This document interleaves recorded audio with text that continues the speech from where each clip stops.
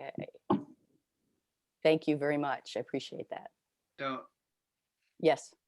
I would just say to Bob's comment, and I look forward to discussing this, I kind of saw those as, can you guys hear me? I see Tom Yeah. saying he can't.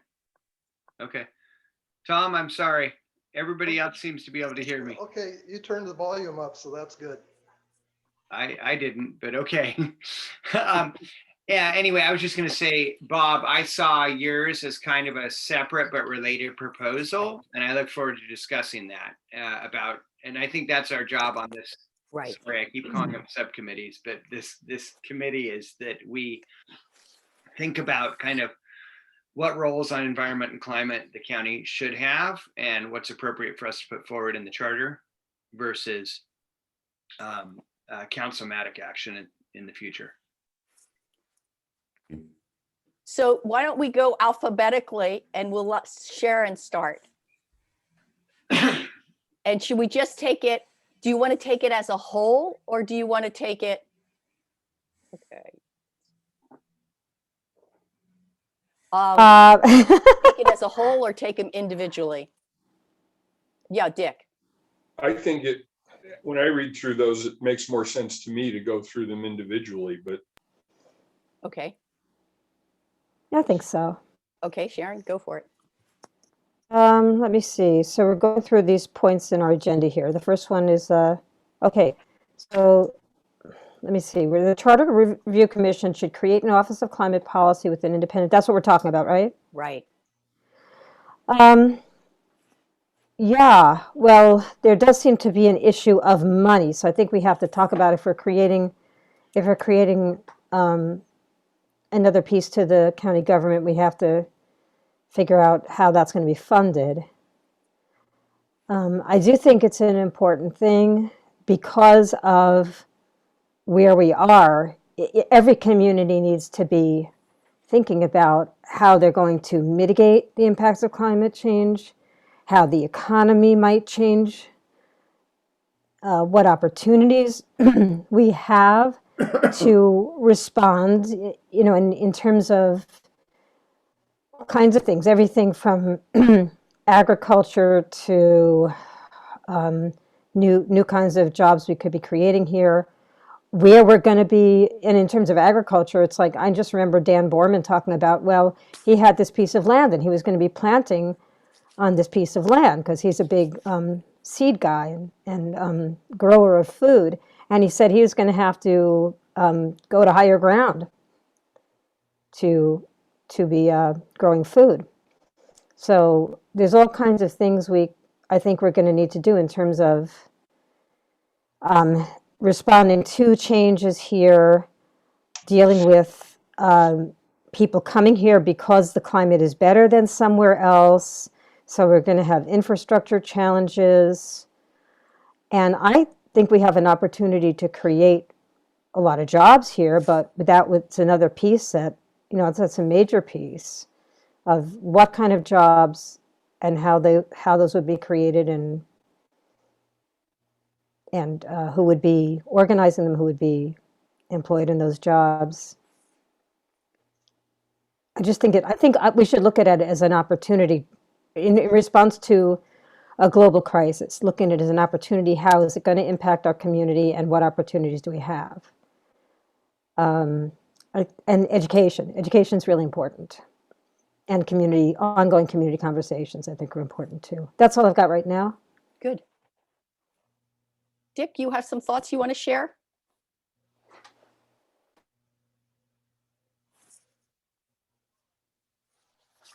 Yeah, Dick? I just muted myself. To me, the issue on this one is, what is the authority of this climate person? And I think we can't, if we're being responsible, we can't just leave it vague or broad. We need to say, okay, if this position is created, what is its authority?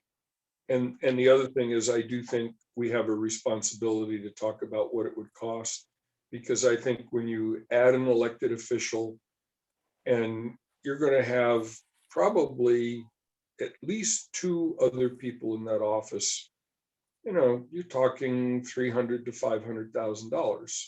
And so I think that needs to be part of what we talk about and what we put forward.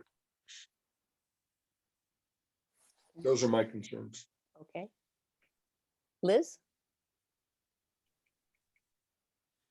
So this is specific to a designated person being hired with climate issues. Is that correct, Anne Marie? We're just addressing that one issue right now.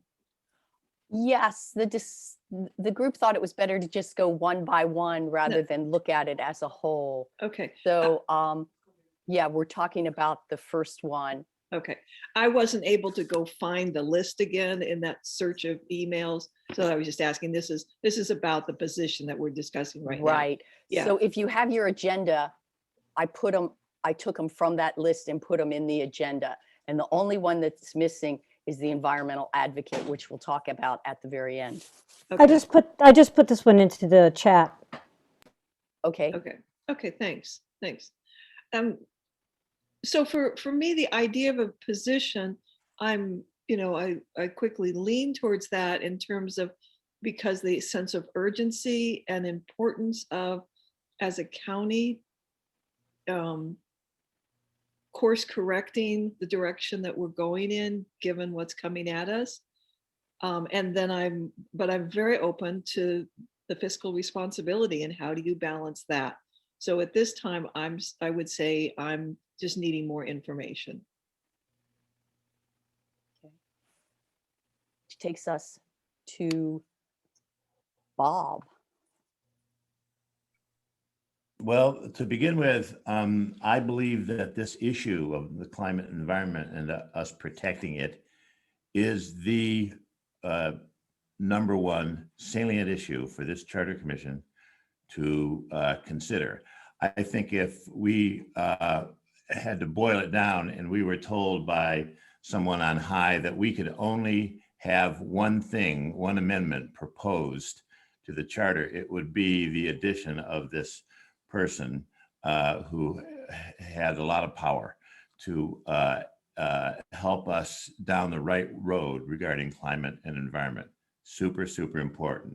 So I do believe a position ought to be established, whether it's called commissioner or advocate for the environment. That can go however it needs to go. But as far as paying for it, I don't see why we couldn't connect it up with the joining together of two of the three offices of treasurer, assessor, and auditor. I personally like treasurer and assessor because the auditor is the person who looks at everybody and makes sure that they're accountable in their budget and all of that business. But at any rate, it doesn't have to be that. But combining two of those three and coming out of the cloud with only two left leaves the financing for this spot close to it. And if we need other people to be added on, it's like deputies or whatever, it will cost a little more. Yes, but there's nothing that is more important than this in my opinion. Now, as far as I totally agree that there needs to be authority that is made clear. We can't just say, okay, we got this commissioner out here and he or she needs to do their best for the climate and environment. It needs to be very specific what the person can and cannot do. That's kind of where why I came up with some of the things that I came up with about the commissioners or the advocates' relationship with the council and with ordinances and what ordinances are passed and what ordinances need to be passed, what ordinances have been passed and their effect on the environment, and giving that person potentially a lot of power. Now, it may be that what I've suggested won't pass muster legally. That's a possibility. But I think we need to go down that route anyway of giving that person a lot of power and making that person, someone who can make things happen. So that's where I am on this. Let's spend the right amount of time and get this right. Okay. Kevin. A few points. And I want to point out, we are not required to establish budgets for anything we do. I very much support, however, us being fiscally responsible and appropriate. And I've said this on another committee that I serve on. The first freeholders sold us a bill of goods. We were told that it was going to save the county money, and it cost $3.1 million just to switch. And I don't want to be part of a group that does that again. So we need to be fiscally responsible. So regarding the climate commissioner, Bob, I agree with you. There is nothing more important that we can do in our county right now than be bold and address climate change. It's going to save and increase jobs. It's going to protect the environment, which is what brings people here and supports our tourism-based economy. And so specifically regarding the position, and I'll get to a fiscal side of it in a second. The reason I lean toward this being an elected position is, having served as a county commissioner and a council member and in the legislature, I will tell you that if they're not elected, it's not going to happen. They're going to go into the county council and they're going to say, here's my priorities. And the county council is going to say, thanks for sharing. We've got other priorities. Maybe we'll look at one of your 10. If we're going to be bold on climate change, we have to have, I believe, an independently elected official. And Mylene Henley is an example of this for me. When I first ran for the commission and the charter, the first charter, when it went through, I think we blew it. Every single one of our independently elected officials, except for the sheriff and the prosecutor, were retiring after 20 years. That was the time to move to appointed officials, because none of those people who had a lot of pull and a lot of recognition in the community were running again. And so I was all for, like, let's make them all appointed. And Mylene, actually, when she first ran, was saying my position should be appointed, not elected. And then she changed after she was in office. And when I talked to her about that, she had a good argument, which I began to realize once I was a commissioner, which is having the person who writes the budget be independently elected allows them to be honest and blunt with the county council about our expenditures. And I've seen her do that personally when I was on the commission and the council. And so for the same reasons, I think this position has to be an elected position. Dick, I would push back. I do not see this being a $300,000 to $500,000 expense. And let me explain why. First of all, actually, I need to say something else. And I didn't say this directly to Mike because I was trying to just let everybody else comment. But Mike Thomas, when he presented to us at our last meeting, and he was asked point blank by one of our commissioners, should your position be elected versus appointed? He said, the first thing he said was, well, if it's elected, the first thing they're going to do is hire a deputy. Well, what he didn't say is at the end of this month, he's hiring a deputy. And it's in the budget for $125,000. So damn it, like, let's just be honest.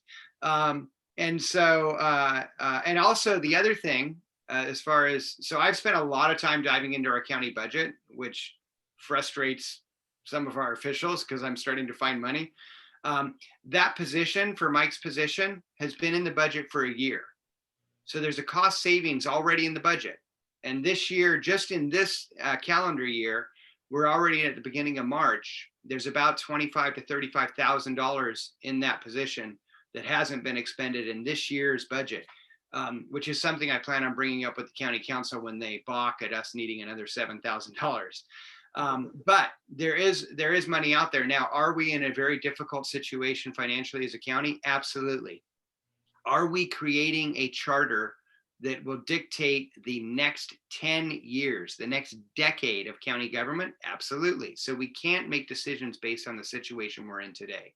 So I believe that there is cost savings to be found in some of the other decisions we can make, consolidating different departments and so on. There is also an opportunity for us to consolidate some of the positions within Public Works and the Planning Department. It really makes no sense to me that Public Works, who does roads, is now considered our environmental department. That happened. Mike made that decision and none of us heard about it. This is something I paid very close attention to, and I was totally unaware until I started diving in the last 2 months. So consolidating some of those positions, that's the staff, Dick, that you're talking about. I don't think we're hiring new staff. I think we're bringing in staff within within current positions. So what you're talking about is one elected official. The other thing I will say is that I see this kind of as it's a department of kind of climate and environment, is the way I've been thinking about it in the last days. And I don't know if that's where I'm going to end up even by the end of the day, but I just want to throw it out there. The last thing I'll say is that the money for that independently elected official, I don't know if that needs to be a full-time position. What you need is enough of a person who's totally dedicated, but it may not be that it's an FTE. And even if it is, I would say that you pair their salary with the other elected and independently elected positions like auditor and treasurer and such. So you're in the 70K range. You pair it to the county council salary. So you're in the 70K range, even if they're FTE, even if they're a full-time employee. And that for me is the only expenditure on this. And so you've got the direct salary and then the benefits. So you say you're at 100K. And I think we can find that in cost savings easily in other areas. I don't think that because it's not our job to write a budget for our proposals, I think that we lay out an idea of what it is that we're presenting. And we say, here's our whole package with several different amendments. Here's cost savings of $350,000. Here's expenditures over here of $100,000, whatever. But you don't tie it. You don't say, we're doing this elected position and we're paying for it with this. That's not our job. So I'll stop there.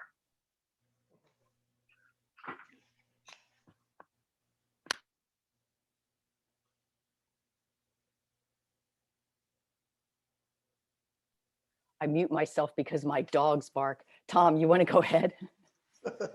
Thank you, Madam Chair. Before I start my remarks, which I got up early and prepared, I want to be sure that looking at Kevin's t-shirt that he's already had his breakfast. What's it say?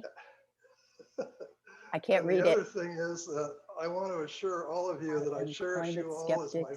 For breakfast. Oh, I ate. I want to assure you that as my fellow islanders, I wish only the best for all of us. But here goes with my remarks. I respectfully offer these comments in response to the proposed issues as presented in the agenda for the March 3rd, 2021 meeting.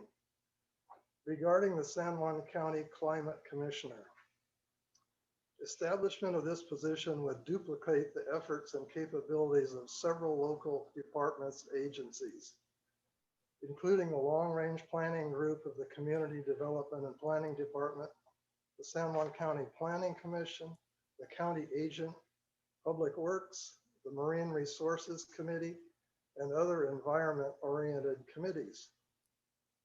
If special studies are needed, we have the resources of the many state and federal agencies such as DOE, DNR, Corps of Engineers, BLM, and EPA. And of course, the experts in the private sector could be tasked to perform special studies as they come up. The cost of this new position would be considerable. The cost for the position, including retirement benefits, minimal staff, and other expenses, would probably exceed 150K annually. And I heard Dick Grout's estimate a little while ago. This amount would be useful in actual projects on the ground, such as the raising of McKay Harbor Road to a higher elevation to accommodate sea level rise. The job description of this position is interesting to ponder. What would this person do all week? He or she could discuss issues with other county officials and all the agencies mentioned earlier, but without suitable staff to handle pressing or long-term environmental issues, what benefits would this position bring to us? So I had some comments on the other items on the agenda, but I'll hold those. So thank you, Madam Chair, for the offer to talk. Okay, great. So the reason I started out by saying, do we want to look at it all together, was when I reviewed all of these, I saw the first one, the climate commissioner, the resiliency officer, which is the position that Bill Apple proposed, and the environmental advocate as three kind of ideas that were very, very similar. And then in the center of it, under item number 2, you have discussion about the UN and different ideas that relate to sustainability and goals that different functions in the world are considering. And if you look at Bill Apple's position, the resiliency officer, this is a position that was created in Hawaii in Honolulu, right at the time, I believe, of COVID. And I believe Fiji has also done something like this. And I have to go and dig into a little bit more on the Honolulu side, because they show different areas or different organizations, cities, things like that, that have created positions like this. And what you do, in my mind, is you take the goals and the objectives that have been laid out in the UN sustainability piece, which has 15 goals, and you look at what they're doing in Hawaii, in Honolulu, and in Fiji, and you say, which of those would be the most important for our people to do here today?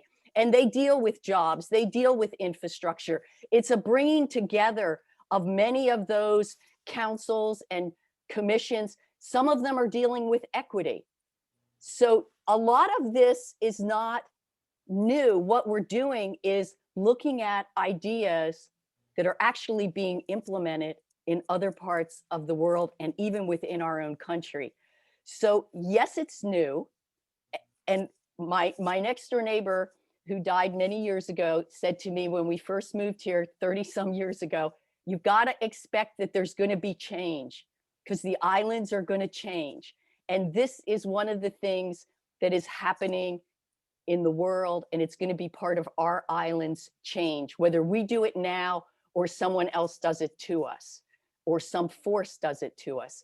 So I think, there's validity in talking about this, and I think we're going to find that there's more unity probably behind it as we move forward into talking a little bit more about the UN goals that I think Kyle and Jane put forward.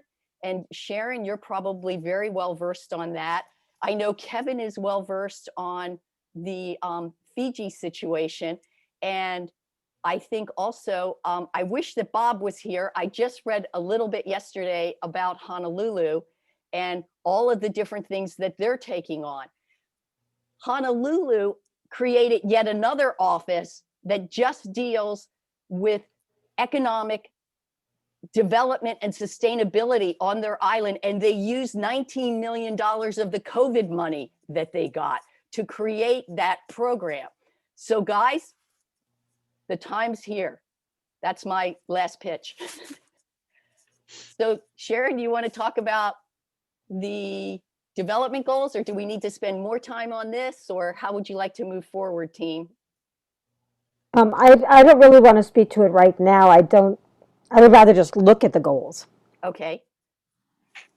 So I pulled those up out of a separate document, and there's like 15 of them. So I also want to say it maybe as a small community, as an environmentally conscious community, it may be easier for us to meet goals than a lot of societies who haven't been meeting the goals. yes. Anne Marie, Yes, sorry, Madam Chairwoman. I'm fine with Anne Marie. Okay. I would appreciate just another quick go around of any thoughts people had of this first discussion, keep it tight. Because it feels more like a dialogue that way than a series of monologues. Okay, Is that helpful? sure. Like Does that work what- for everybody? Yeah. That's good. Okay. and I can go first, I don't know. Sure. So what I'm hearing is that there is a lot of duplication in the different issues that are listed. And I, Tom, I'm with you that I want the best for this county, and I don't come to this commission feeling like I have an answer for that. And I'm on board that what we've done in the past will not give us a resilient, sustainable community moving forward. With that, I'm done. Sure, Dick. I want to respond to a couple things Kevin said, because while I hate to admit it, I think he's right. I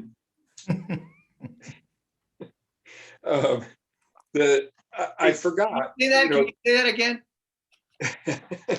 I forgot there is that staff in Public Works. And I think you make a good point, Kevin, that there could be more moving of staff than hiring new staff. And I am actually in favor of consolidating a couple of other positions. So that does save that money that could be used. And I think if this position is created, it has to be an elected position. Although I question whether we can get a good person in that job for $78,000, given the cost of living in this county, but we'll see, that's another issue. The reason I think it matters though, is planning and Public Works have an inherent conflict with that staff. In Public Works, if you've got a construction project, you know, the director or the deputies are looking at the same time, they're looking at what's this going to cost? And if we do these environmental things and actually do what we really need to do, it's going to cost that much more. And we don't have that in the budget. So where are we going to take that from? Planning, in my opinion, and I say this having spent some time after I retired as a research consultant and an expert witness for a couple of lawyers, Seattle lawyers, land use lawyers. I think, I'm sorry, community development has had a penchant when they're doing their environmental review to give the lowest possible classification, either a declaration of no significance or in some cases mitigated significance, and they wait to see if anybody challenges instead of doing the job straight. And so I think having this office completely separate and its mandate, its job is to do what's right for the environment makes a lot of sense. You get it out of other departments that have an inherent conflict. Tom,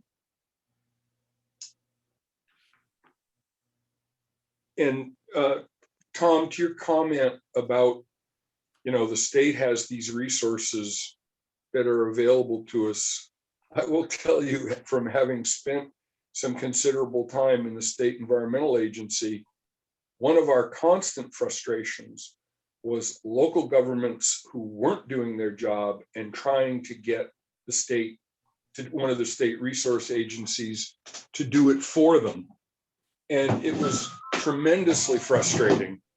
And they don't have the resources either. They've been hit hard by the pandemic. And yes, that will pass, but it's not reasonable to rely on those agencies. They have their own responsibilities. So this is the ground, the 378-2474. They have their own responsibilities, and I just want to add, sometimes their priorities are in conflict with ours.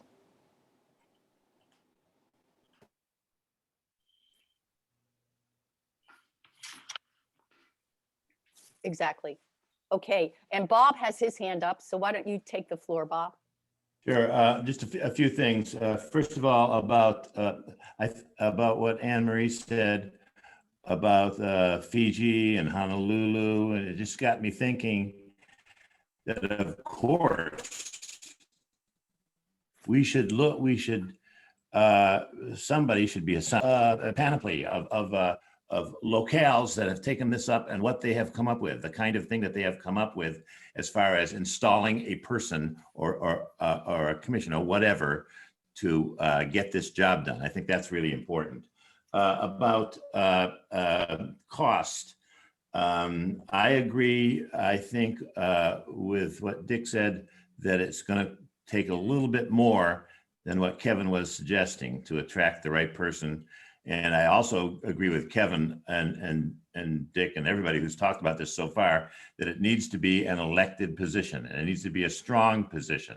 As far as what the person could do, I realize this is a little out there, but what I suggested and what I wrote up was that the person has the ability to recommend ordinances which would be protective of our environment, that the person would have the would be able to recommend the repeal of destructive ordinances.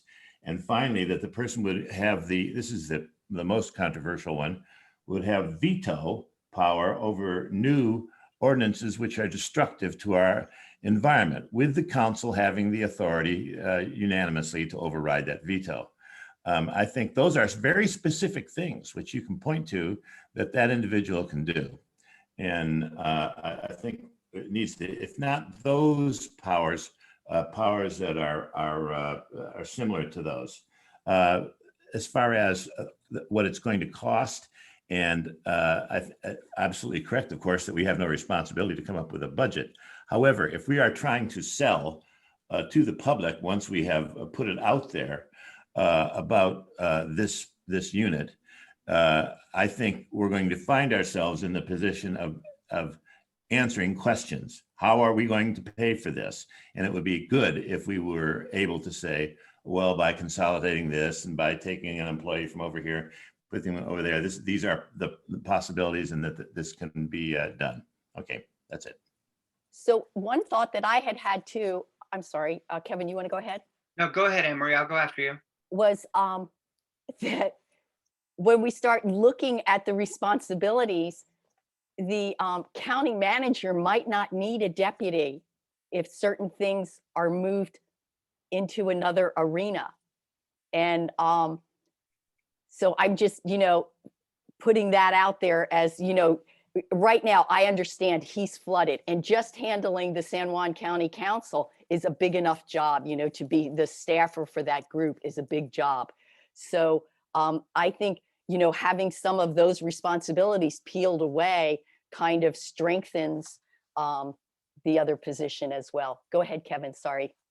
A couple things. One is, and I actually, if there's room, I'm going to start sitting in on the elected versus appointed group because of what I'm about to say. But I was shocked to find out last week that the county council is now only meeting every other week. So 2 days, so technically 4 days a month, they're in session. And they're getting full-time pay. So I think another thing we should be looking at is whether or not they're actually full-time. That said, and I found that out when I went to present to them, and I was told I could present last Tuesday or next Tuesday, but this week they weren't meeting. And I said, oh, what's going on? And they said, oh, well, they only meet every other week now. So they meet a half day on Monday and full day on Tuesday every other week. So there's a potential other cost savings. I want to bring up a few points though. One is, so the Sustainable Development Goals under the UN,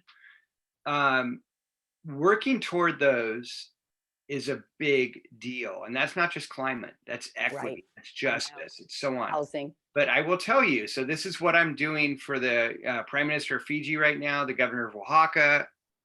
The reason we are aligning our actions in those areas with the SDGs is because there are tens of millions of dollars available for communities that are moving in this direction.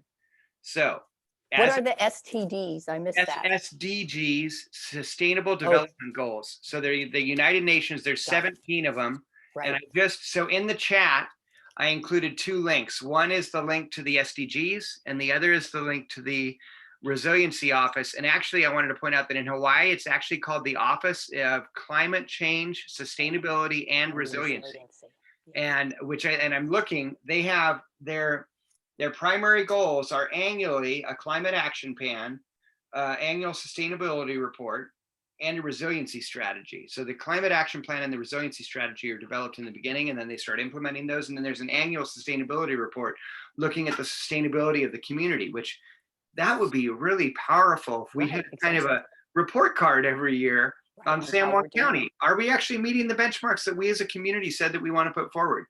But the other thing I want to point out is that as far as costs, if we establish this office, I guarantee, and I can guarantee it because, so yesterday it was announced we just secured $41 million from the US State Department for the country of Fiji to implement our SDG equivalents, and our kind of blue economy plan. So that's how do you create jobs that depend upon a thriving ocean ecosystem as opposed to just solely extractive. So these are all things that come under this sort of planning. It's not just how do you respond or take action, bold climate actions. It's how do you build an economy that thrives in that same manner? How do you create jobs in that same manner? But I wouldn't expect that we're going to secure $41 million from the US State Department for San Juan County. But I do believe, actually, I know that there are significant funds out there. And I want to circle back to something Tom said and Dick responded to, but I just want to underscore what Dick said. So there are state agencies to do some of this work, and they're not doing it. And they're not doing it because their budgets were cut before COVID. And unfortunately, even when I wrote the budget and was trying to build some of those budgets in the Washington State Senate, I wasn't successful. For the most part, and Dick knows this very well, for the most part, Department of Ecology relies upon the county. So they look to the county. When there's even a complaint on something that's done on the shoreline or something, they will call the county and say, hey, you want to check in on this? And if the county fails and enough people complain, the state will step in to take a look at it. But the state's not going to do that work for us. It's not going to happen. And so the greatest opportunity for us to do something is that we take bold action. And because no other entity in the country has had an elected office like this, I think it would put us on the map and definitely secure us funds, both public and private. Pew Charitable Trust, Gordon and Betty Moore Foundation, David and Lucille Packard Foundation, Marisla Foundation. Get in line. There's a lot of potential funding for us. Oh, go ahead, Sharon.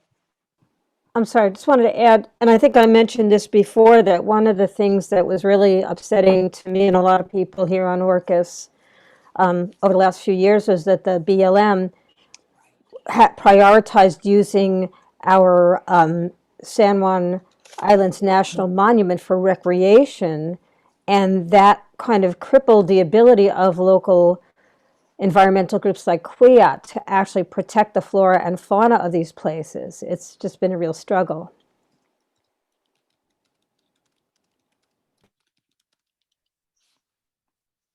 Okay. I forget what I was going to add. I was going to add something and I lost it when we went to the BLM, but I have long-standing opinions about the BLM.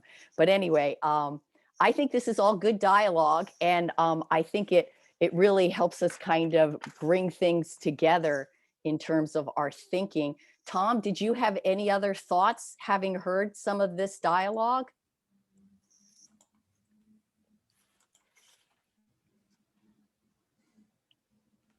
Tom? Yeah, I think you're still muted. Oh, and I thank Dick and the others who are experienced with so-called help from the state agencies. So that's a factor too. But I still think that in spite of all of your support of it, I'm still a skeptic. I'm still on Kevin's t-shirt. Well, and I would just remind the group that there were during COVID last year, there were little organizations on each, well, at least on Lopez and on Orcas, that talked about resiliency and being transitional and how we develop what we're going to go forward with. Bob, mute. Oh, Liz is out. She's trying Oh. to get back in. Let me see. And then I think this is timely because it hooks the government up with some of the plans that OPALCO is working on and some of that infrastructure that we're going to need to be involved in as citizens or residents of the county. So let me see. Liz has not come back. Sure, Bob. Go I for it. just wanted to say how enthusiastic I am about what Kevin said a few minutes Yes. ago, particularly about the idea, that if we have the first elected position like this, that the foundations will be lining up to help us fund that position.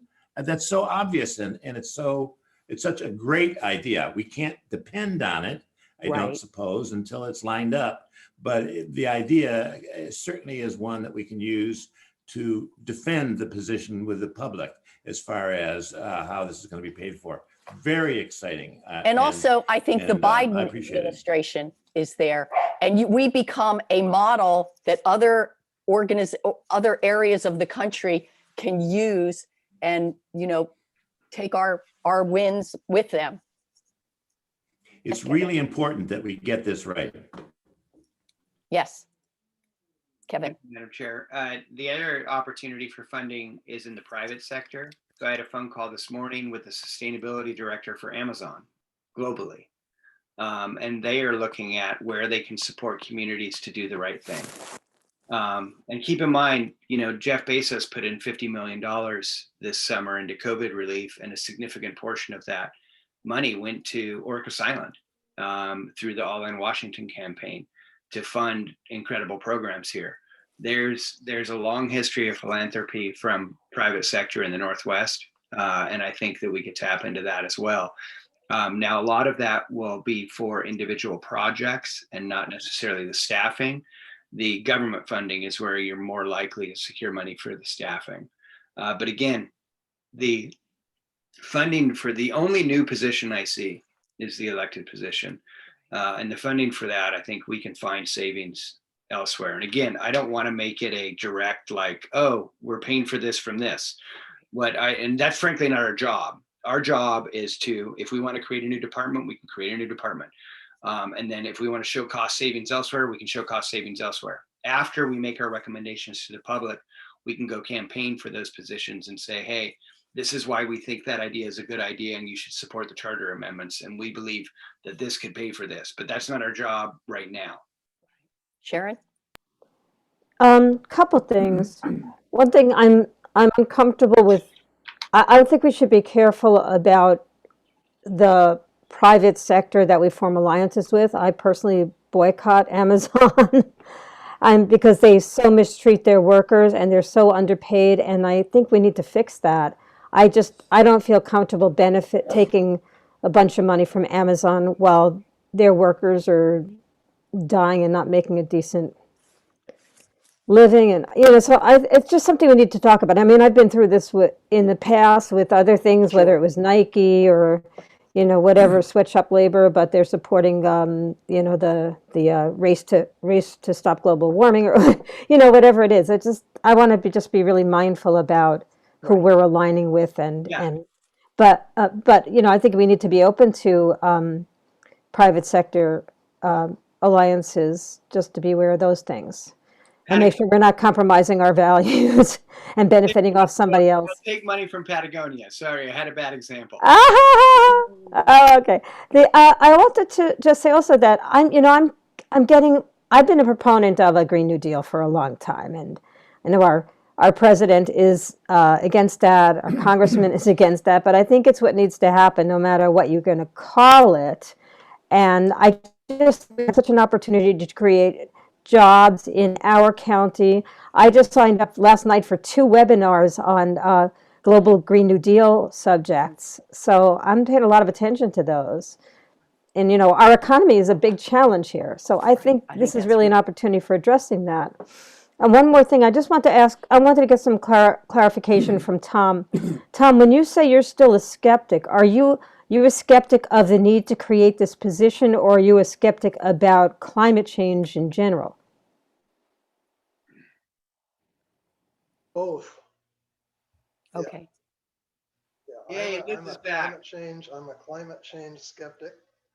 And I remember the museum I went to down in the Fossil Museum down in John Day. And it showed the climate over the last million years or so in John Day in Central Oregon. And it was one day a jungle with alligators and so on. So we're in a process of change, and you know, obviously we have to be concerned about it. I mentioned the McKay County Road, which has to be raised because of sea level rise, and I fully agree that things are changing. But I also agree that we've got so many environmental committees, places where it is a concern already, that I think we should leave it to them. Okay. Kevin, comment? Thank you, Madam Chair. Tom, thank you. I said this to you early on. I'm excited to get to work with you again. You and I haven't spoken much over the last years. So, and I just want to thank you for your honesty and candor right now.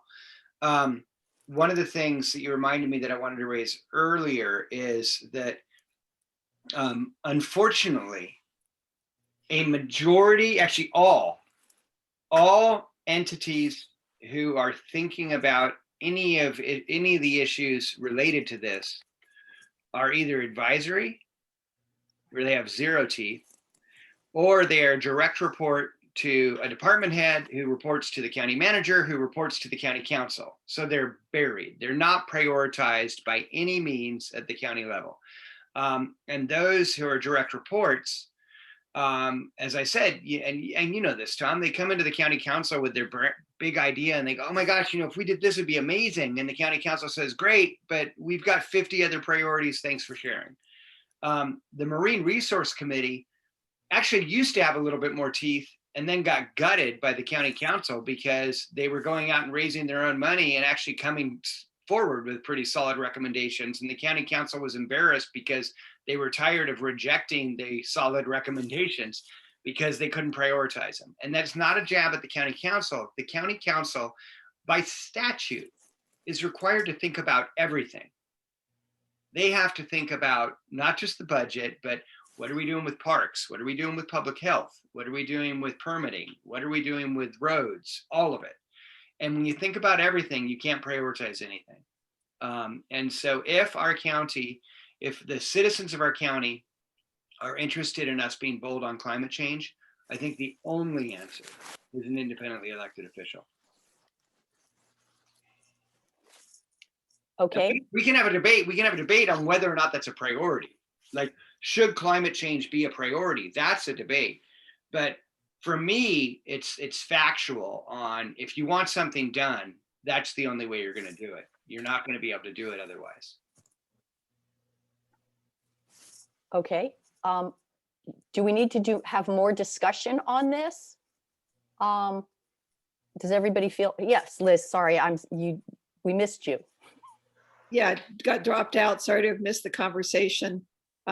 If you've already talked about this, I apologize. The one thing I wanted to include is would it be prudent, or does it just not work, if we were to shift the burden of proof from what is it going to cost us to do this to what will it cost us if we don't do this?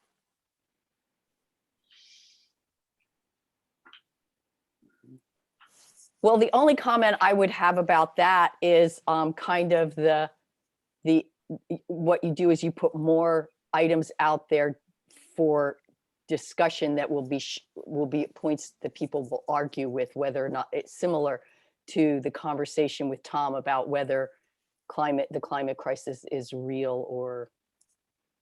But I'm, flipping it is an interesting perspective, and it's one that we should definitely be thinking about. Bob, Kevin, Liz. I would be interested to hear the committee members' perspective on what they think about whether the public, by the public I mean our county public, San Juan County, where they presently are on the whole issue of how important the environment is and whether climate change, whether action needs to be taken at our level on climate change. I don't mean that if they're not there, that we can't bring them there, but I would be interested to hear people's opinions about the folks around them and where the county presently is, how much of a priority it would be for them now. Kevin, did you have something that would relate to Bob's comment? No. Okay. Does anybody have something that relates to Bob's comment? Liz? Because I do. Go ahead, Liz. So I think the place to look is at the comprehensive plan and how the community has weighed in on sustainability, resilience, well-being of our natural environment as top priorities. That would be a place. So we've already heard from our county members about how they prioritize and how important those issues are to them. So when the Planning Commission met, I think it was on the 19th of February, maybe it was the week after that, they were looking at climate change in the comprehensive plan. And a group of women from Orcas, called the Orcas Women's Coalition Environmental Action Team, spent several weeks going through the comprehensive plan, comparing it to items that were like in Bainbridge, in Edmonds, in Whatcom, and they took those suggestions to the Planning Commission, asking that throughout the document, these different components of climate concerns be put in the actual document so that the climate crisis is a theme throughout the planning process or throughout the comprehensive plan process. My understanding from one of the planning commissioners was that that was the only suggestion that was really addressed in that longer meeting, and that they were really interested in adopting what this group of women had put forward. And I know some of the women are tied in with groups on Lopez. I'm not sure if anyone from San Juan is involved or not. Yes, Dick. My feeling is that I think all of us probably have the feeling that this is this is an issue of majority support. I mean, generally this issue in this county, but with all due respect to Bob, I don't think this is a productive conversation because we're just speculating on what people in the county think. And I'd rather spend our time on this specific issue. I mean, of the position. Okay. Okay. Liz, you were going to say something? If I came in the tail end, Tom, of what you were saying, but what I heard is that you are completely on board that climate change, climate chaos is occurring, and that we need to take action about that. So I just wanted to clarify what someone had said about, differences of beliefs. I hear that there's a consensus in our group that climate chaos is occurring and something needs to be done. And our task is to find the best way forward to address this, monumental task.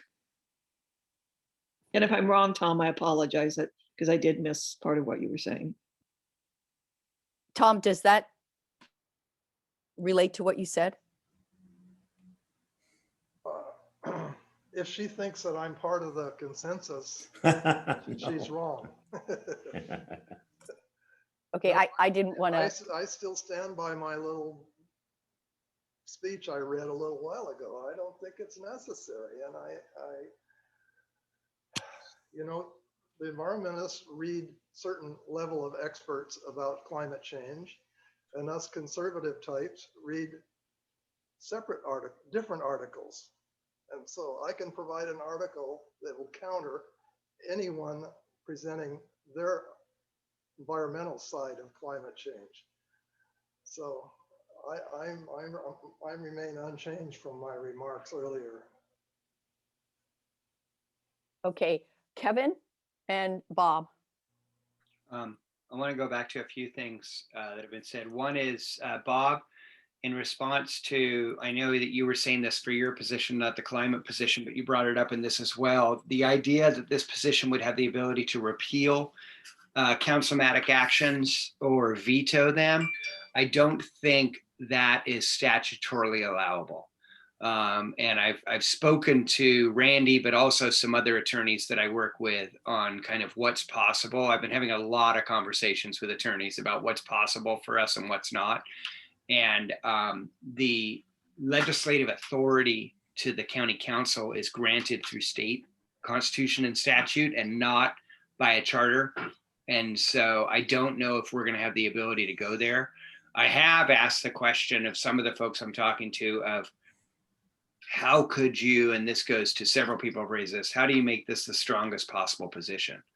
So how do they have the ability through, possibly through executive action or something to do some actions, but a majority of the policies that would come from a position like this are going to end up going to the county council. It's just that as an independently elected official, they would have greater strength in making their argument, as opposed to being appointed where the county manager is going to say, you can raise your point for 2 minutes and then you're done. And so that's my take. I just want to throw that out there. And as we go forward, we will get clarification on that, definitive clarification. But my sense right now is that having veto or repeal authority is probably not statutorily allowed. The second piece I wanted to bring up is that, and I said this earlier, but I just want to caution us. I think we should think about what's needed. And if we all decide we believe that, or a majority of us decide that we believe that an elected official is needed, that's our recommendation. And we lay out why. I don't think that we should get caught up in how we pay for that in our first conversation. I think we need to keep in the back of our mind that we need to be fiscally responsible. But again, I don't think that we need to tie the need with the financing of the need. It's not our job at this point. I think our job is to separately have a discussion about cost savings. The other thing is that with regard to the comprehensive plan, I think the comp plan is a perfect example of why we need this position. The comp plan's never been implemented. Sorry, a majority of the bold things in there, it's the difference between shall and should.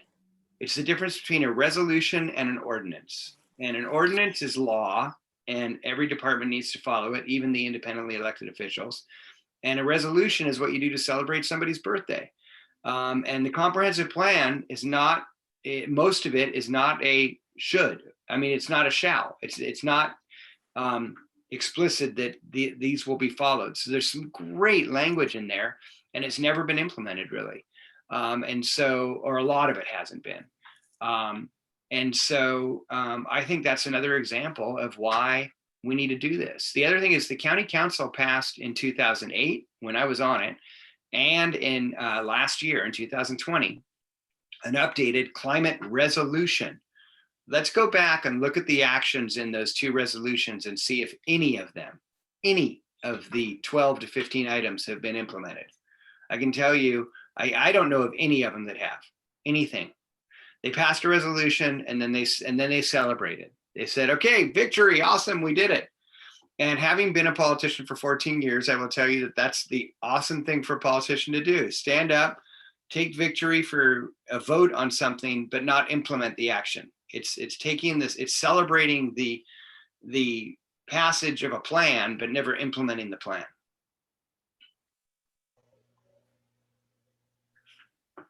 Okay, Bob and Tom. Liz said earlier that there appeared to be a consensus, and Tom corrected her that it's a majority, not a consensus, that there are these problems that we ought to address. I think we also, is also apparent from this discussion that we also have a majority for the establishment of a position, and a majority perhaps for the establishment of that position being elected. So if I'm incorrect, maybe we should clear that up, but it seems to be where we have found ourselves. Now, separate from that, I'd like to ask Kevin, is it possible, I think as you discussed my idea about how that person could relate to the council, I'm thinking, that really sounds like it could be, that might be right. But could we ask Randy about that? Could we ask Randy Could we give that to him and say, is this just out of, or how could something like this be implemented? Yeah, so that is already on the list of questions that I'm compiling to Great. Randy. There was a whole bunch of back and forth in the last days about discussions with Randy. And Yeah.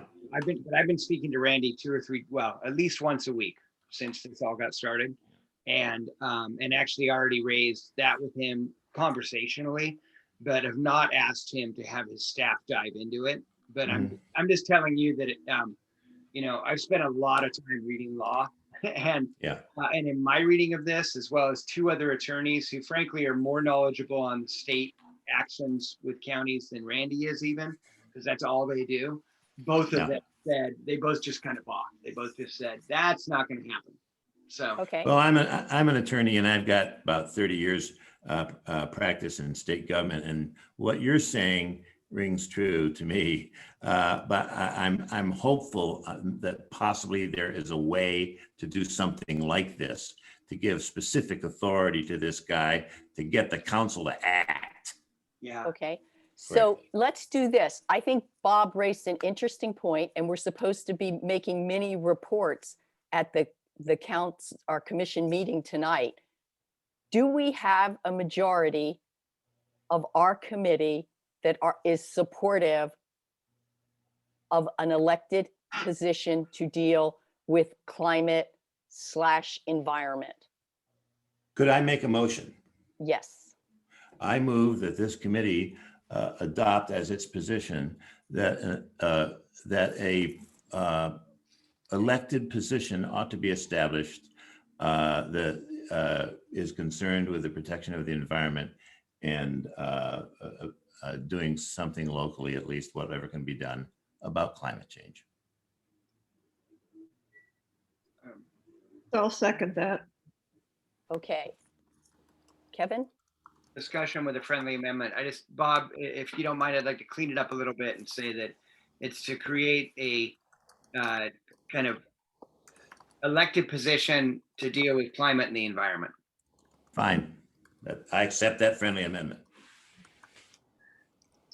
So in the category of discussion, have we left out the other 2 variations of sustainability, equity?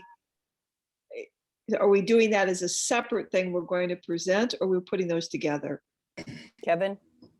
My feeling, Liz, is and that's why I'm a little nervous to have the motion on the floor right now. Thank you.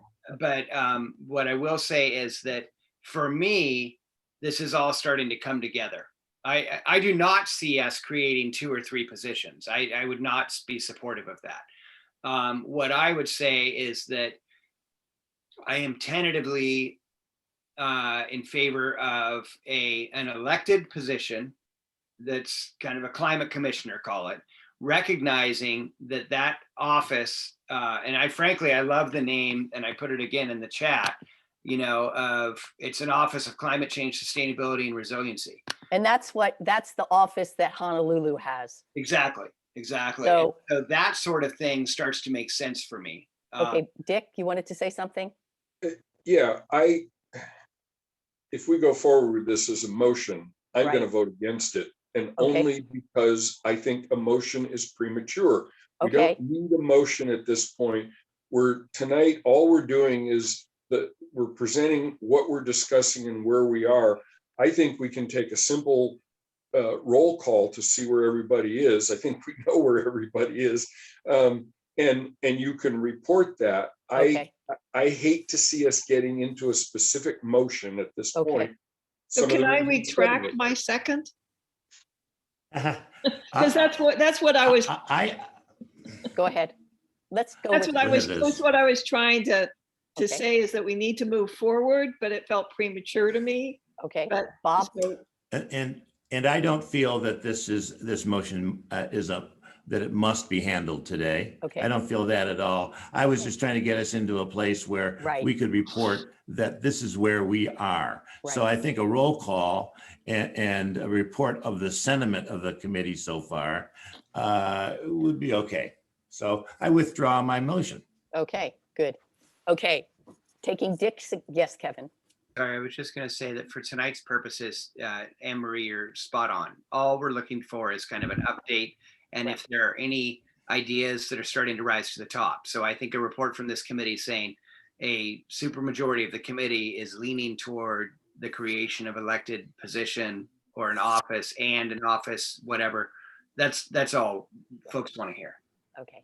Tom, you wanted to say something? I agree with what Kevin just said. I just think a report Okay. on what we're talking about. Okay. That's all. So do we want to No just go problem. around and make sure we do have a supermajority? Sharon, are you up? Yes. Dick? I can't hear you, Dick. You're muted.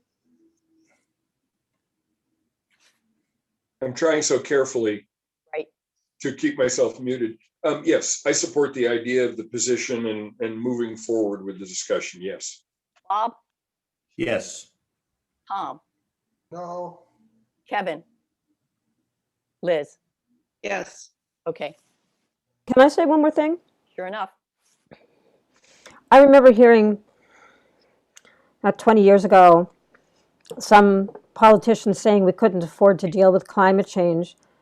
And you can find plenty of evidence now that we can't afford not to, that the billions and billions and billions of dollars in damages from all kinds of predicted impacts of climate change have come to pass in this country and around the world. Got To it. say we can't afford not to is to say we just want to keep things as they are no matter what happens and not move forward and respond to the needs of a new century, a new millennium, a new generation. Okay, at this point, I'd like to move to people we would like to hear from. And now that we've kind of fine-tuned some of our thinking on these priorities, I don't know that we need to rank the priorities. I think, but that's just my opinion. Did people feel like we needed to rank priorities? I think Well, we're that's what kind of priorities moving are. forward in a body. Yes, Liz. I have a question, Anne Marie. Where does what Julianne Battaglia, not pronounce your last name Right. correctly, where does that fit into our conversation? Well, yeah, go ahead, Bob. I was just going to say, we are going to be dealing with that in the process committee. I'm not sure that it wouldn't be more salient here, but right now that's on our list. In the preamble? Preamble and then Bill of Rights. Oh, okay. And Bill of Rights is set to contain some of those things. And they specifically are using that language, Bill of Rights, Okay. and talking about what they're Excellent. looking at. But that doesn't mean it can't be this committee, but that's who's looking at it now. Okay, does that answer your question, Liz? Well, it seemed appropriate to have it here. So No Sharon, problem. Well, it's kind of hard to talk about the climate and the environment without talking about the issues, many of the issues she's brought up. That's what I was going to say. I'd like to see how we can bring it into our discussion as well. I think it would be appropriate. I disagree with that. I think it belongs in the committee where it is because it gets so much into policy and it is to some degree aspirational. And I would like to wait and see how that committee deals with it and what they bring back to the larger body. And then if we disagree, we could consider that. But right now, I don't think we need to. Okay. Does that sound good, Liz? I'm feeling the weight of my inexperience with government processes, Mm-hmm. because it feels like we need that this group that's dealing with climate needs to hear from a community group that is so passionate about and has put so much collective effort into creating a document to go forward. Yes, Dick. Well, my response to that is we received those documents from Julianne. I actually had a private conversation with her. So did I. And from I'm sorry, Ron Metcalf. I hope we've all read them And that's why I feel, I mean, I think I have a pretty good feel for where they're coming from and what they want to accomplish. And that's part of the reason I think it's better in the committee where it is now, and we let them take the first shot at it. Bob, Here is what I happen to be the chair of that committee. And here is what I suggest we do.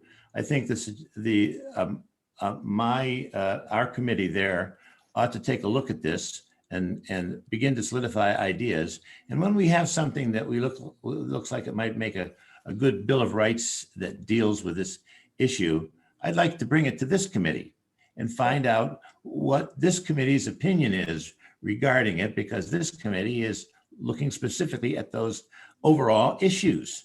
Then taking your input, then we can proceed as to, you know, and make a motion to adopt this as a suggestion to go forward. Dick? And Sharon.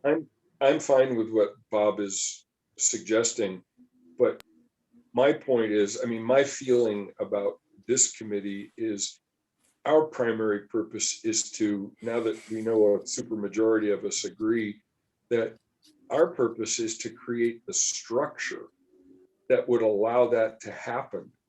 And I think it's much farther down the road where we would think about the kinds of things that Julianne and Ron are raising.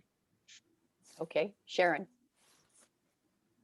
Yeah, I just want to say I share Liz's discomfort with our Climate and Environment Committee not being part of those discussions, but I think, you know, we could also consider Bob our representative on the Preamble and Bill of Rights Committee. And am I right that any of us can sit in on those meetings too if we want to have firsthand witness to what they're discussing? Yes, although the committee is large, isn't it, Kevin? I'm trying to think. That's of what how I many was people. thinking. It was a pretty big committee, so Depends on the number. If they're already at 8, you cannot. Right, okay, all right. so Although I'm going to preface it by saying Randy is very nervous about this, but according to other attorneys, if you sit in on the meeting and you have your video off and you're muted, you can Yes. still listen to the meeting, because that's the same thing as watching a video. Yeah, you're not really part of the meeting. Yep. And Kevin, why can't you go to 9?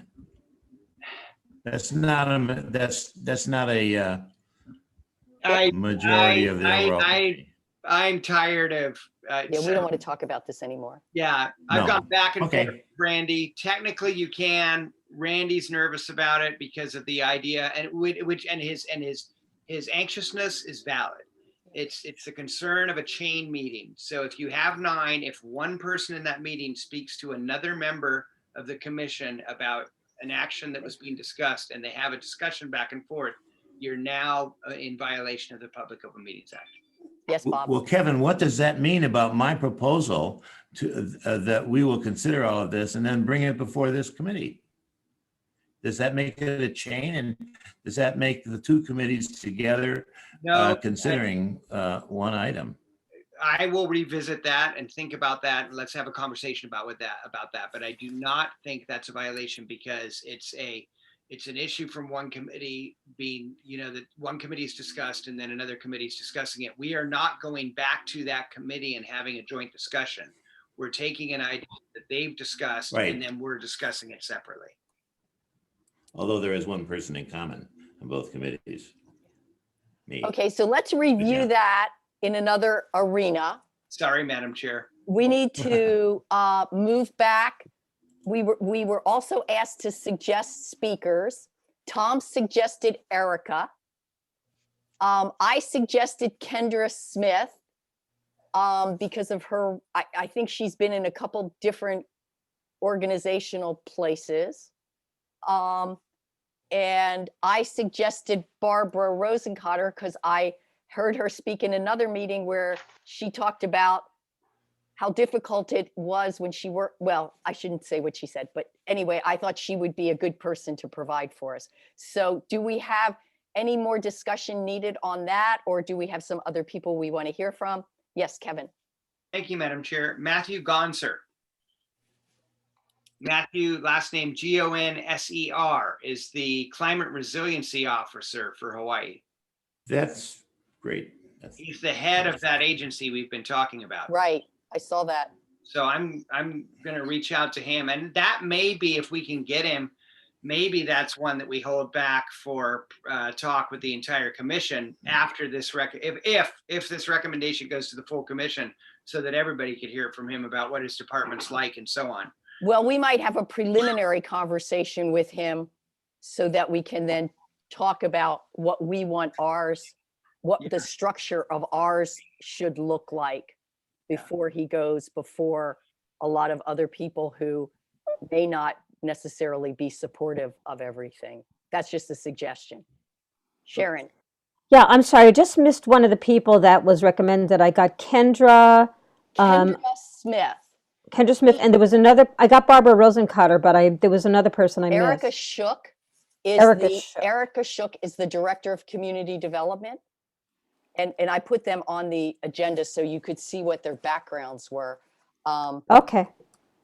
And I haven't talked to anybody. Do we have an order that we would like to hear these people in? And Dick, Yes. go for it.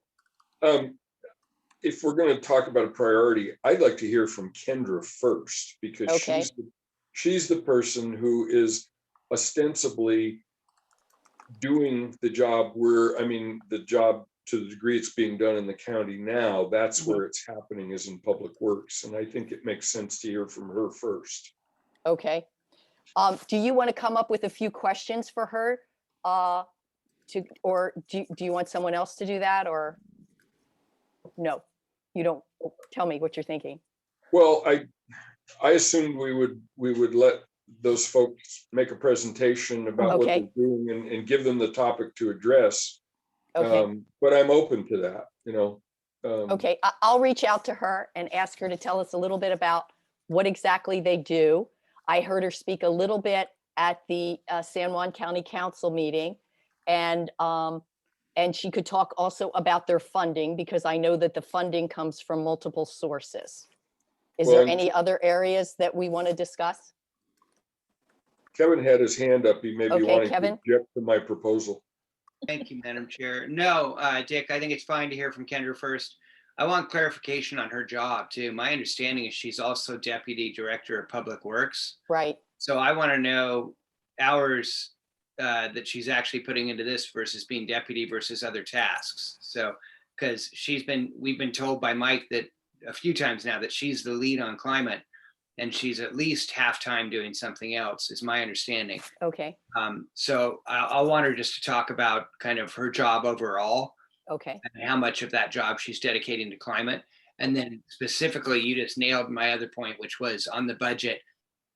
I want to know how many county funds are going into this versus grants and outside funding.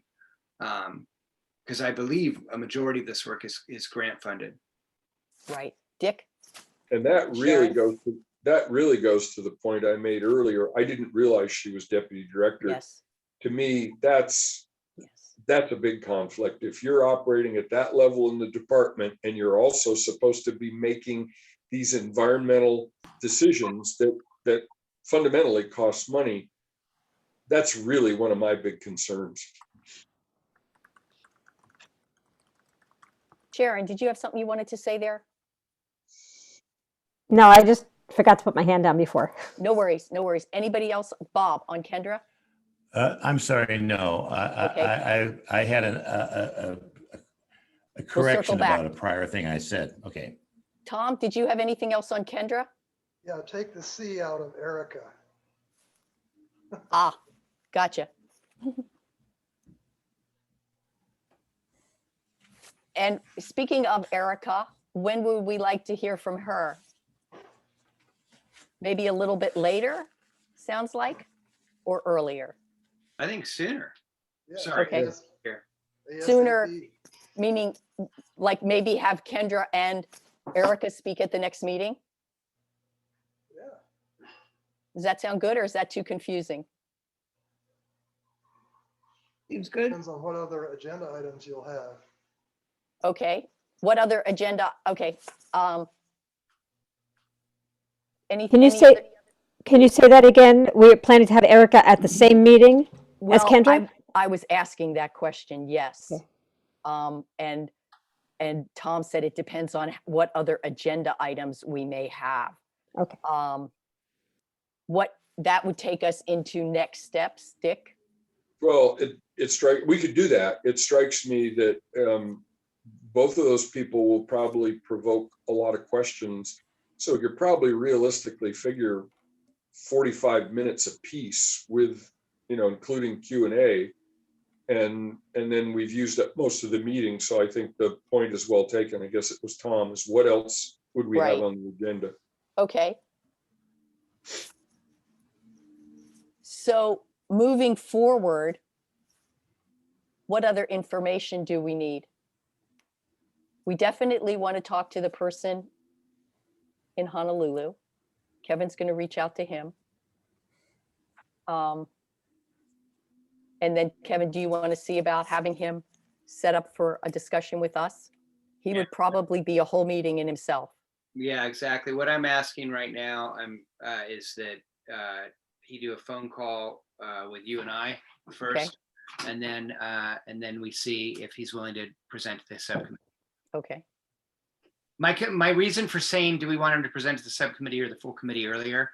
Uh-huh. It's this individual's obviously busy. Right. And very, yes. And he has a lot of responsibility. And then now we're asking for 3 separate meetings. Right. Is, Okay. is unlikely. So Okay. just want to gauge where we want them. And that's why I think a brief conversation with you and I first with him, Okay. we can gauge that. Liz, did you have something you wanted to say? I had a question about who else we might want to hear from. Okay. And I was just wondering if there's someone at the state level that we want to have them on to look at the dance between anything we do and it being shot down, challenged at the state level. Is there someone any of you is aware of that would be helpful? Kevin? Yeah, let me think about it. But off the top of my head, Maya Bellin, who used to be the director of Department of Ecology, she just stepped down, would be a great person just to talk about kind of how the state deals with it and how the state deals with counties trying to take actions. There's a number of different kind of environmental leaders who would, I think it could be informative to hear from them, but they're all going to tell us the same thing, which is state's not doing enough, county's not doing enough. It would be hard pressed to find one who's just going to be really thoughtful about the relationship and how it could be built, which I think would be most informative to us. The other thing, frankly, is the gentleman I spoke to this morning, who's the new sustainability director for Amazon. Up until recently, he was Jay Inslee's climate advisor. That's all he did, was focus on climate for Washington State. That was his sole job for the last 8 years with the Inslee administration. Okay. And it might be interesting, I want to think about it again, to have him speak to us too about what actions could happen at local level versus state. Dick and then Liz? I'm going to disagree with Kevin a little bit. I think Maya Bellin, the other name that occurs to me is Jay Manning, who also a former director of Department of Ecology. And both of them had many years experience in the Attorney General's office. So Right. if we wanted to talk about what can a local government do legally that will probably, in terms of structure, that will pass constitutional muster, and how best to use that position to address these issues, I think either of them would be quite useful. Okay. Well, it's good that they both now work at the same law firm. Maya just joined Jay's law firm. Oh, I didn't know that. Okay, let's circle back to Erica for a minute. Kevin, at one point when Tom proposed Erica, you said you wanted her to talk to the whole commission. And what were you thinking about there? Wait, I'm getting confused. Erica Shook, who is the Director of Community Development, when Tom first proposed her, you had said to Tom, oh, you were thinking about having her speak to the whole commission, and I wasn't sure what your thinking was there. So my hope is to have as many of the department heads as possible speak to the full commission. Okay. about their departments. Mm, So okay. that we have that understanding. I will say it that I was a bit disappointed. I had asked Mike Thomas to do that, to cover each of the departments, and we didn't get much of that from him. Right.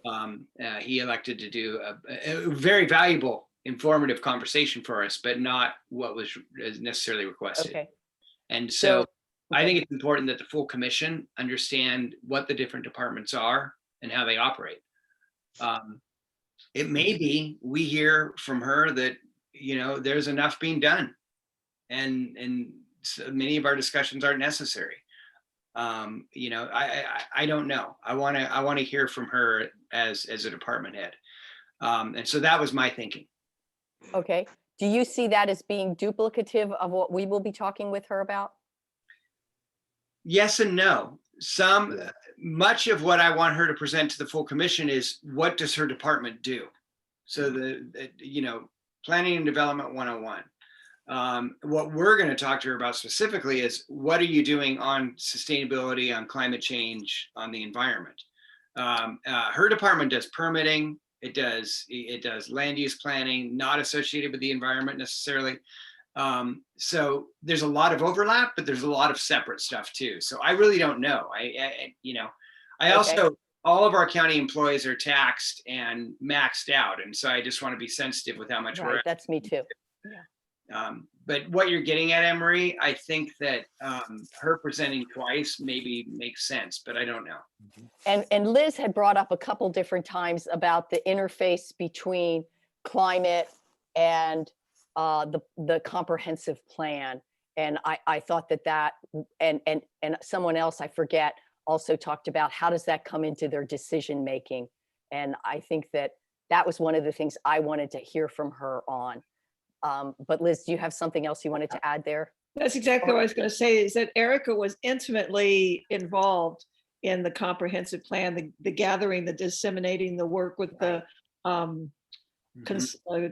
consultants that they brought on for that project. So she will be a strong, voice for what has been heard from the community members. And Dick, did you want to say something? Well, yeah, I agree. I mean, that everybody in the county is just overtaxed, but I would also make the point to Erica and any of the other department heads, if we ask them to do a committee and the whole group, this is every 10 years. And I think in our group, we would be talking to Eric, asking Erica to address the specific issues Kevin just identified. Whereas in the larger group, it's, what does your department do? So I'm comfortable saying, look, we know it's 2 meetings, but this is why we'd like you to do it. And this is why we'd appreciate it. And the good news is we meet weekly, unlike the San Juan County Council. Yeah. Well, that's because we get more money. Yeah. Okay. Other next steps that we need to consider. Bob, did you have something? Yeah, can I go back and state that I was in error regarding the size of the process committee? It's a small committee. Okay. There are only 5 members to the process committee. Yeah, I was thinking of the environment. It only has 5 members. As a matter of fact, 3 of those members, originally on yours. 2 of the members were not able to make it yesterday. And so we had to move the meeting because, you only have 40% of the folks are gone. So yes, we can have anybody who wants to come. I would suggest that if you want to attend one of those meetings, that you just email me or let me know first so that I'll go 1, 2, 3, Right. and not exceed the maximum number. Okay. When are they meeting, Bob? We meet every Tuesday at 10:30, right, Liz? Right. So full disclosure, I'm part of that subcommittee. Yes, she is. She is, and I should not have left that out. An important part indeed. That's a pretty good committee, but the people are so good who are on it that we need everybody there to proceed. Okay, Dick? Well, in terms of next steps, to respond to you, it seems to me we didn't get to a decision on whether we would ask Kendra and Erica to the same meeting. And that's kind of a critical next step. Well, I was interpreting it that we would not, that we Okay. would only ask one of them to that meeting, and it would be Okay. Kendra. Okay. Kevin, did you have something to add there? No, I'm sorry. I thought the question was going differently, Madam Chair. I was thinking he was saying, should they present here and at the full? And I was saying that I'm now okay with that based on the comments that Dick made kind of after my comments. So Right. So I will see if we can get Kendra for the 10th and then have Erica on the 17th. And in the meantime, Kevin and I will talk with Matt from Honolulu. And then I'll talk with Barbara Rosencotter and get a little bit more from her and see how that would sound. Yes, Liz. And I would be in favor of hearing from people sooner versus later in lieu of us having, discussion time, to gather the information as quickly and as broadly as we can. So if that's back-to-back people that takes up most of our meeting, I'm in favor of that. Okay. Yes, Sharon. I agree with that. Yeah, that sounds fine. It might be that we do Barbara with Kendra, depending on how long it looks like Kendra would go. Okay. Other thoughts? Yes, Tom. Well, I appreciate the discussion about getting experts as soon as possible, but I have a question too. There's a whole bunch of other subjects here. UN Agenda 2030, Global Sustainable Development. Are we going to hear someone talk about those? Or are we expected now to read all about them and be ready? Well, to I talk, think if or you what? go to that website, you will see what the 16 or 17 17. goals are, and you can actually just go in and look at the goals, and then they break down how they have put those together and how they are being promoted, and why they chose those and what they thought were the ones that they could be most successful with. So I think that could be an individual assignment, and then I would see us, when we're talking about the structure of this position, that some of those goals may come into play in terms of what components of the current government we would like to see incorporated in this position. Okay, so you'll let us know when we're supposed to be ready to talk about those. Yeah, I would say over the next 2 weeks, why don't you try to get through those? Okay. How does that sound? Yes, Kevin, and then Sharon. Thank you, Madam Chair. I think a lot of those are ideas that were kind of thrown up. I don't know if they're ideas that Here's my suggestion. When you're looking at Honolulu, look at the goals and see where you see parallels.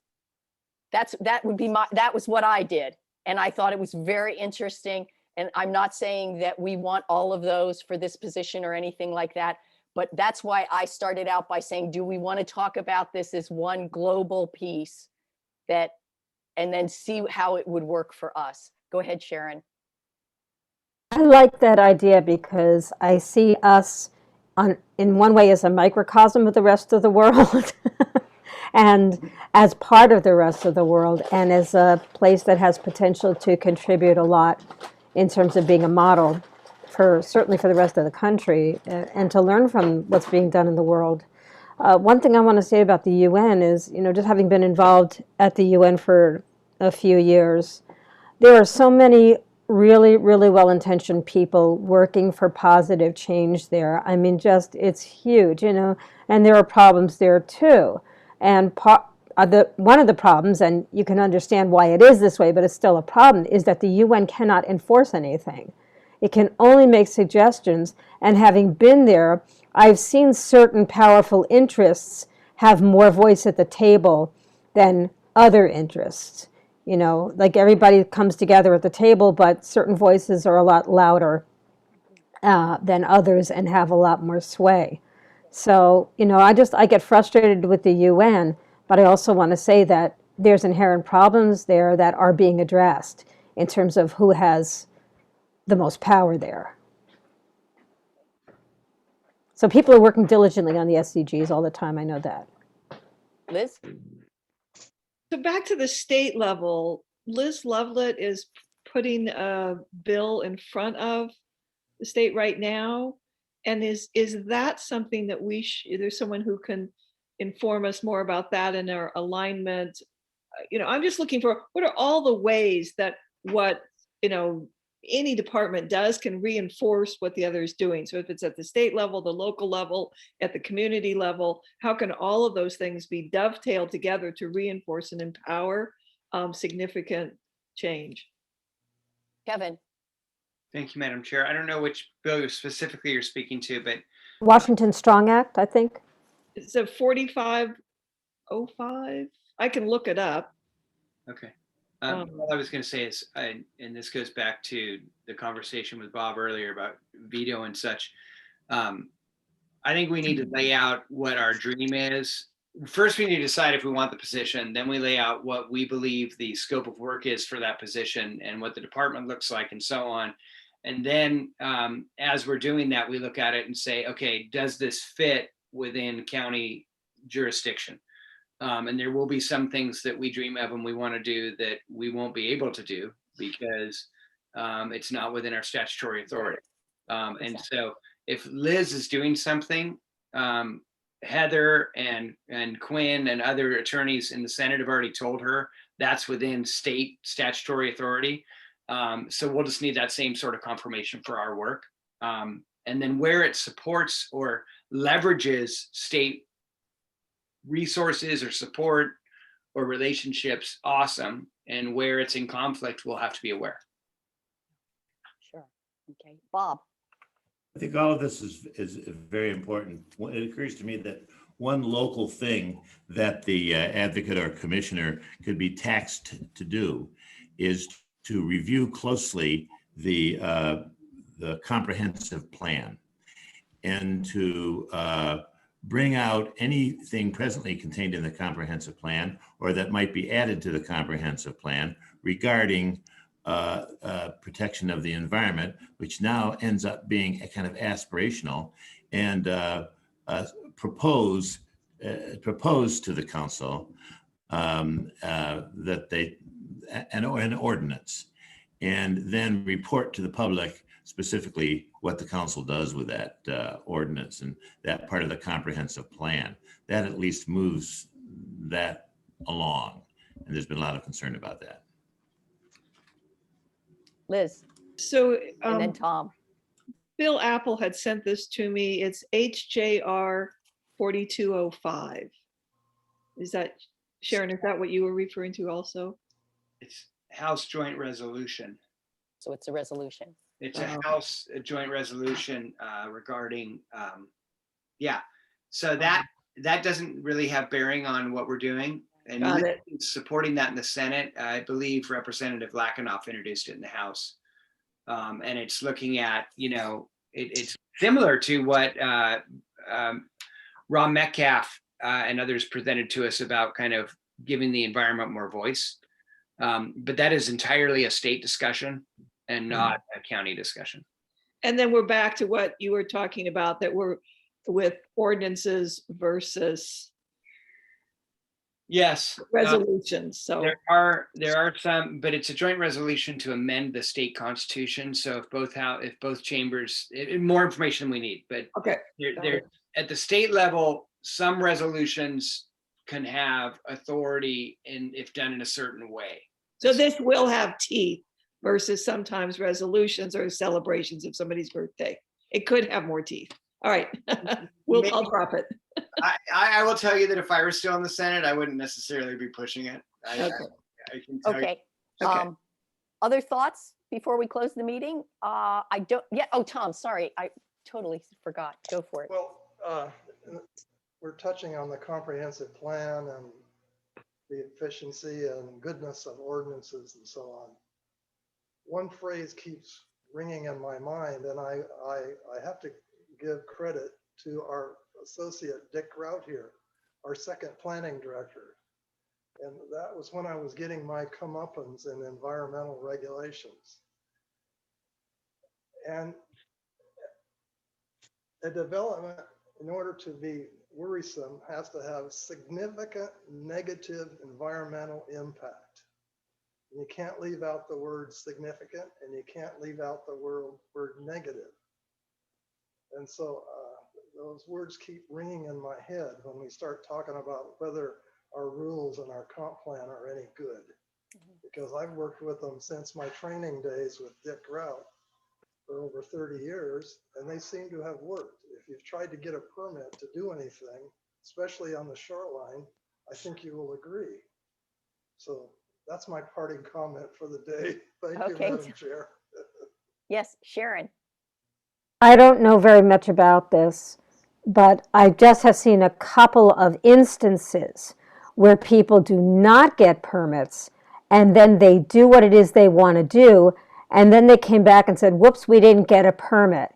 And they get a slap on the hand and that's it. And the damage is already done. I mean, that happened up here where I live, where our road was actually, which is it's an old road and it's not up to code, to modern code. And it was made unstable by somebody clear cutting a whole section of trees right along a drop off along the road. So that's just an example. Also, sometimes I question the permitting of things along the shoreline. There was just a huge structure built right on the shoreline at East Sound a year or two ago, and I don't know how they got the permit for this huge structure there with all of everything that's involved in a huge structure. I don't know. I'm just saying I think the permitting is problematic. Just from a couple things I've seen. Sure. Okay. Anything else for the good of the order? Okay, we've got Dick and Liz. Just one comment, in case anybody thought I was multitasking and not giving the meeting my undivided attention. The only place I could open the agenda was on my iPhone. So I've been sitting here reading on my phone because that's the only place I can see it. No, Oh, I sure, oh, assumed that sure. you were multitasking and was really thinking, go for it. Liz, you're up. Sorry. Tom, I just wanted to reinforce that I appreciate your thoughts and hearing them. They're very valuable to me. So thank you, and comment away is from my You're perspective. here. Yes. Okay. Anything else? Okay. Until this evening. Have a good day. I don't think we need a motion to adjourn, do we? No, No. just hang up. Okay. Take care now. See you next week. In the End recording. End the End the recording. recording. Bye, Bob. Bye, Sharon.